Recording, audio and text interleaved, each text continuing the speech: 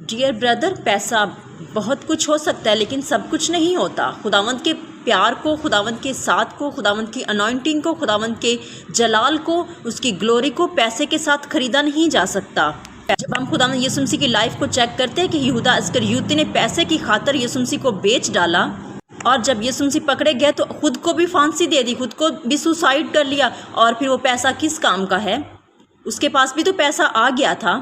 اگر آپ کو خود گڈ لائف چاہیے نا، اگر کسی کو گڈ لائف چاہیے، نجات چاہیے، تو وہ خود سوائے خداوند یسوع مسیح کے پیچھے چلنے سے آپ کو یہ پیسہ نہیں دلوا سکتا۔ یہ پیسہ کچھ بھی نہیں ہے۔ جن کو یہ جو پیسے کی اور گڈ لائف ہے نا، یہ صرف یہ دنیاوی، جب تک آپ زندہ ہیں تب تک ہے، لیکن اگر آپ خداوند یسوع مسیح کے پیچھے چلتے ہیں تو وہ جو لائف، اگر آپ اس دنیا میں غربت میں بھی رہیں گے، خداوند کے ساتھ چلیں گے، خداوند کے پیروکار رہیں گے، تو آخرت میں خداوند کو جو خداوند آپ کو دے گا، جو وہ اٹرنل لائف آپ کو ملے گی، وہ اس لائف سے ہزاروں گنا بہتر ہوگی۔ اگر پیسہ حاصل کرنے کے لیے اور گڈ لائف حاصل کرنے کے لیے، کیونکہ زندگی اور موت کا اختیار تو خداوند یسوع مسیح کے ہاتھ میں ہے۔ خداوند یسوع مسیح نے اپنی زبان اقدس میں، بائبل مقدس میں بیان کیا ہے کہ ایک شخص کے پاس بہت زیادہ مال دولت تھا، اس قدر کہ وہ کہتا کہ میری 7 پشتیں بھی کھائیں تو یہ ختم نہیں ہو سکتا۔ تو خداوند یسوع مسیح نے کہا، اے مورخ، اگر میں تیری آج رات ہی جان لے لوں تو یہ ساری تیری شان و شوکت، یہ ساری دولت تیری کس کام کی؟ آج ہمیں دولت کے، پیسے کے، گڈ لائف کے پیچھے نہیں، بلکہ خداوند یسوع مسیح کے پیچھے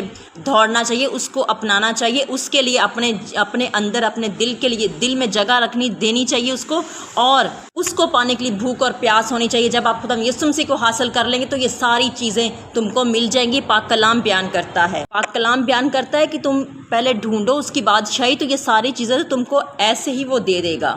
خداوند یسوع مسیح کو اپنا لیتے ہیں، خداوند یسوع مسیح کو فرسٹ پریورٹی دیتے ہیں، تو یہ ساری چیزیں، اس نے تو اپنا بیٹا تک دے دیا، تو کیا یہ پیسہ، یہ دولت، یہ شہرت، یہ گڈ لائف نہیں وہ دے سکتا؟ خداوند آپ کو برکت دے، اور زیادہ آپ کو پیسہ بھی دے اور زیادہ شہرت بھی دے، لیکن یہ غلط تعلیم آپ نہ دیں۔